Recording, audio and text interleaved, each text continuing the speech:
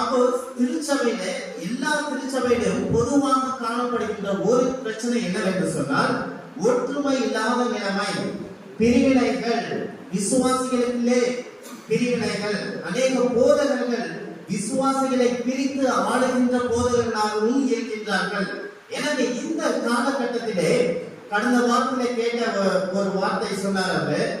அதாவது ஒரு பெரிய திருச்சபையை பார்த்து பிசாசானவன் பயப்படவில்லை, ஒரு சிறிய திருச்சபையிலே ஒற்றுமையை பார்த்து அவன் பயந்து ஓடுகின்றான் என்று சொன்னான்.